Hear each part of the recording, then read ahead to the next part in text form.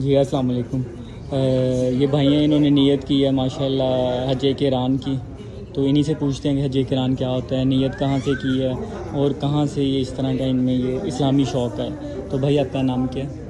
محمد عبدالکبیر میرا نام ہے، اور 25 مئی کو اسلام آباد سے براستہ PIA کی فلائٹ سے مدینہ شریف پہنچے، ماشاءاللہ۔ اور وہاں سے پھر ہم لوگ ہفتے والے دن صبح وہاں سے نکلے مکہ شریف کے لیے۔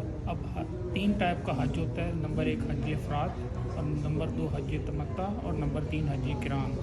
قرآن نہیں ہے، حج قران۔ قران کا مطلب یہ ہے کہ جس میں حج اور عمرہ دونوں جمع کر دیے جاتے ہیں، اکٹھے ہو جاتے ہیں۔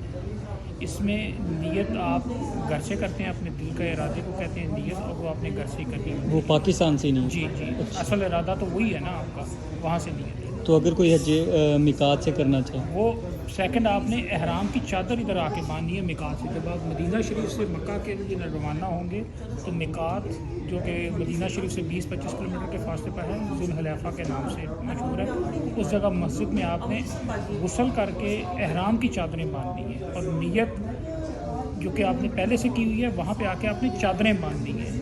چادر باندھنا اور وہاں پہ تلبیہ پڑھنا اور 2 نوافل احرام کے ادا کرنے ہیں، اور پھر آپ مکہ شریف کے لیے روانہ ہو جائیں گے۔ یہاں مکہ میں پہنچ کے سب سے پہلا کام آپ کا یہ ہوگا کہ عمرہ ادا کیا جاتا ہے۔ اب جیسا کہ لوگ جلد بازی میں آتے ہیں، رات کو بھی آتے ہیں، تو رات کو دوڑ لگا دیتے ہیں، کوئی اتنا ارجنٹ نہیں ہے، آپ اسٹے کریں، آرام کریں، صبح اٹھ کے آپ عمرہ کر سکتے ہیں۔ اس میں حج قران میں اور حج تمتع میں فرق کیا ہے؟ فرق بنیادی طور پر یہ ہے کہ حج تمتع میں آپ نے عمرے کی نیت کی ہے میقات سے، ذوالحلیفہ سے، اور آپ مکہ میں پہنچ گئے۔ مکہ میں پہنچ کے آپ نے عمرہ کیا، طواف کیا، سعی کی، اور ساتھ میں آپ اس کے بعد آپ نے حلق اور قصر کروا کے اپنے عمرے کا احرام کھول دیا۔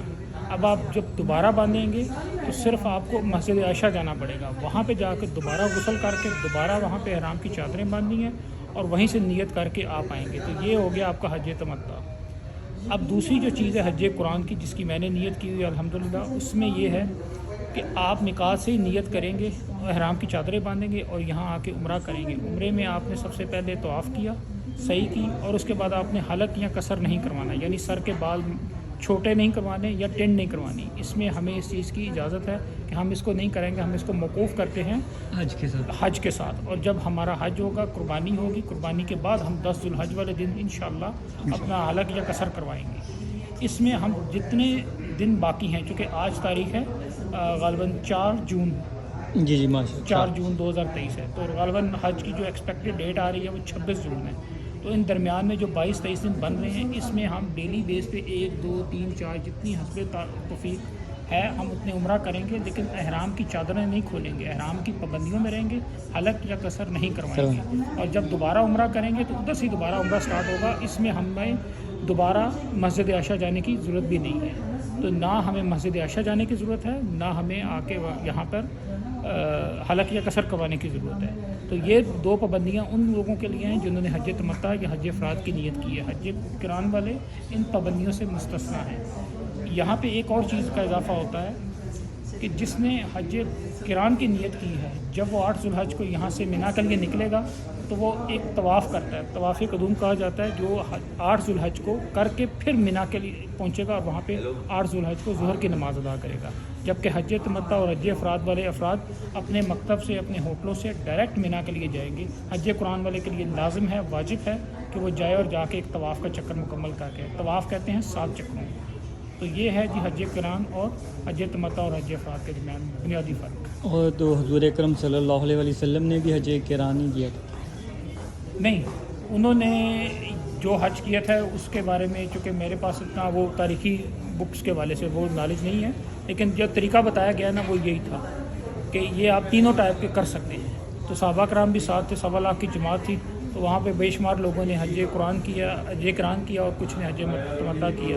لیکن جو مکہ کے مقامی ہوتے ہیں ان کے لیے حج افراد بھی ہوتا ہے، کیونکہ ان کے لیے صرف اور صرف حج ہوتا ہے، عمرہ نہیں ہوتا، کیونکہ وہ یہیں کے مقامی ہیں، وہ کسی بھی ٹائم آ کے عمرہ کر سکتے ہیں۔ حضور اکرم صلی اللہ علیہ وسلم نے بھی حج قران ہی کیا تھا میرے نالج میں یہ چیز ہے۔ تو وہ حج تمتع، لیکن پسند انہوں نے حج تمتع کو کیا تھا کہ کیونکہ وہ آسانی کو پسند کرتے ہیں، لیکن کیا انہوں نے حج قران تھا۔ تو یہ آپ کی ماشاءاللہ سنت بھی ہو جائے گی کہ انہوں نے کیا کہتے حج قران کیا تھا رسول اکرم صلی اللہ علیہ وسلم۔ تو آپ کیسے دن گزار رہے ہیں ابھی؟ مطلب ماشاء اللہ 2-3 دن تو آپ کو ہو گئے آئے ہوئے. ہاں جی بالکل الحمدللہ سب کچھ ٹھیک چل رہا ہے, کوئی ایسا مسئلہ نہیں ہے. اللہ نہیں ہمت سونے توفیق کا دے. اور اٹھنے بیٹھنے کا کھانے کوئی پینے کسی قسم کا ہوٹل کے انتظامات بہت کیونکہ اچھے ہیں. احرام کی پابندیاں تو ہوتی ہیں. احرام کی پابندیاں ہوتی ہیں, انسان کو پابند رہنا پڑتا ہے.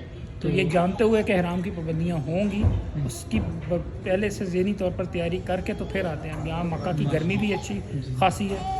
آج ظہر کی نماز تھی وہ حرم کے باہر ادا کی گئی تھی کیونکہ ٹائم ہو چکا تھا. بسیں وغیرہ یہاں پہ تھوڑا رش میں ہوتی ہیں, تو کوئی ایسا مسئلہ نہیں ہے. لوگوں نے اسلام کی خاطر صحابہ کرام نے اسی مکہ کی سرزمین پہ لیٹے رہے. حضرت بلال حبشی انہیں کو کافر بولا جو آقا تھا وہ ان کو لٹا کے پتھر رکھ دیتا تھا. یہی مکہ کی سرزمین تھی. تو ہمیں 2 رکعت یا 4 رکعت فرض نماز کے لیے اپنے پاؤں گرم ہوتے ہیں تو ہمیں تکلیف ہوتی ہے, تو یہ محسوس نہیں کرنا چاہیے. یہ اللہ توفیق دے. تو گورنمنٹ کے حکومت پاکستان کے انتظامات ہوٹل سے آپ مطمئن ہیں؟ جی تھرو آؤٹ مطمئن ہے. اب تک تو جتنے انتظامات دیکھے ہیں سب مطمئن ہیں. کھانا شانا رہائش ٹائملی مل رہا ہے, سارا کچھ. میس کا انتظام اچھا ہے, رہائش اچھی ہے, پانی وغیرہ, ٹرانسپورٹیشن بھی ہے, گاڑیاں آتی بھی ہیں جاتی بھی ہیں, فری آف کاسٹ ہے, اس میں کوئی ایکسٹرا چارجز نہیں ہیں. تو جو لوگ کرنا چاہتے ہیں نیت, وہ ابھی مدینہ شریف میں ہیں یا جنہوں نے ابھی مدینہ شریف سے ادھر موو کرنا ہے مکہ کے لیے, ان کے پاس اپرچونٹی ہے, وہ بھی کر سکتے ہیں. وہ مدینہ سے نیت کر کے آ سکتے ہیں مقات سے. ہاں وہ مقات میں جا کے, ہاں وہ مدینہ سے نیت کر لیں.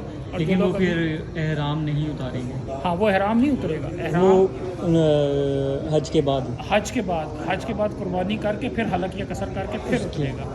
لیکن دوسرا جو ابھی لوگ پاکستان میں اور جن کی فلائٹ ابھی آنی ہے پاکستان میں, اب جو لوگ آئیں گے وہ 5 کے بعد تو ڈائریکٹ مکہ میں ہی آئیں گے, مدینہ تو بعد میں جائیں گے حج کے بعد. ان لوگوں کے لیے ایک اپرچونٹی ہے کہ وہ اس کو اویل کر سکتے ہیں. چلیں جی, شکریہ. اللہ تعالیٰ آپ کا کیا کہتے ہیں یہ حج کران قبول کرے. آمین. Thank you. بہت شکریہ. جو دوسرا دوبارہ عمرہ کرنا چاہتے ہیں, جو مدینہ سے مکہ آ گئے اور جنہوں نے عمرہ ادا کر لیا اور پھر وہ عمرے کا ارادہ رکھتے ہیں, تو ان کے لیے ذرا گائیڈنس کر دیں گے کہاں سے وہ جائیں, کتنا خرچہ آ رہا ہے, کیونکہ آپ تو ماشاء اللہ کر رہے ہیں. اچھا, دوسرا سوال یہ ہے کہ جو یہ عزیزیہ میں ہم بیٹھے ہیں اس وقت مکہ مکرمہ, یہ پرائیویٹ سوسائٹی ہے جیسے پاکستان کے اندر بیریا ٹاؤن ہے, یہ اس طرح کی ایک پرائیویٹ ٹائپ سوسائٹی ہے.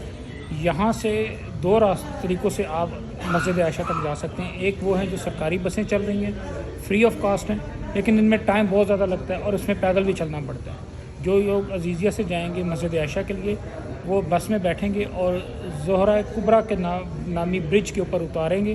وہاں سے تھوڑا سا آگے چلتے ہوئے ایک دوسری بس میں بیٹھیں گے جو ان کو مسجد عائشہ کے نزدیک اتارے گی. یہ بسیں دونوں فری ہیں.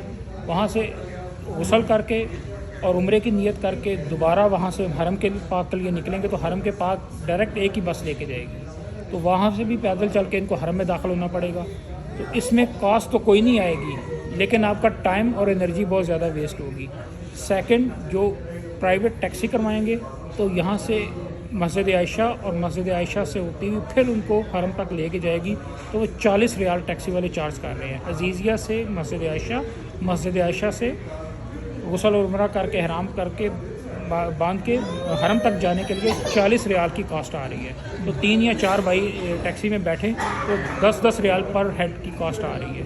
تو یہ پروسیجر میں نے آپ کو دونوں بتا دیے. سرکاری اسکیم میں فری ہے, پرائیویٹ میں آپ کو 40 ریال ایک عمرے کی کاسٹ جو ہے نا وہ ٹیکسی کی پڑتی ہے.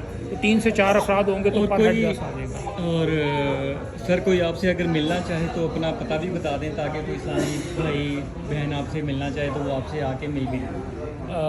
ملنے کے لیے یہ عزیزیہ کا جو ہوٹل ہے مکتب نمبر 9 بلڈنگ نمبر 110 اور روم نمبر 409 4th فلور کے اوپر 409 میں. تو وہاں پہ 6 آدمی ہیں. محمد عبدالکبیر میرا نام ہے, وہاں پہ آپ آ سکتے ہیں. چلیں, کوئی بھائی اگر ملنا بھی چاہتا ہے, ان سے رہنمائی بھی لینا چاہتا ہے تو وہ بلڈنگ نمبر 9 مکتب نمبر 9 بلڈنگ 110 میں روم نمبر 409 میں بھائی سے مل سکتے. چلیں, شکریہ. بہت شکریہ.